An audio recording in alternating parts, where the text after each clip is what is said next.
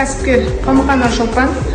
Осы жастарға арналған бағдарлама арқылы 2,5% несиеменен осы аппаратты алдым.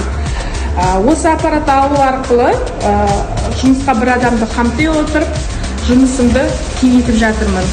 Мемлекет басшысына және мемлекетіміздегі аға буын өкілдеріне рахмет, осындай жастарға қолдау білдіріп, өте аз пайызбен несие беріп, кәсіптерімізді кеңейттіріп жатқандарына.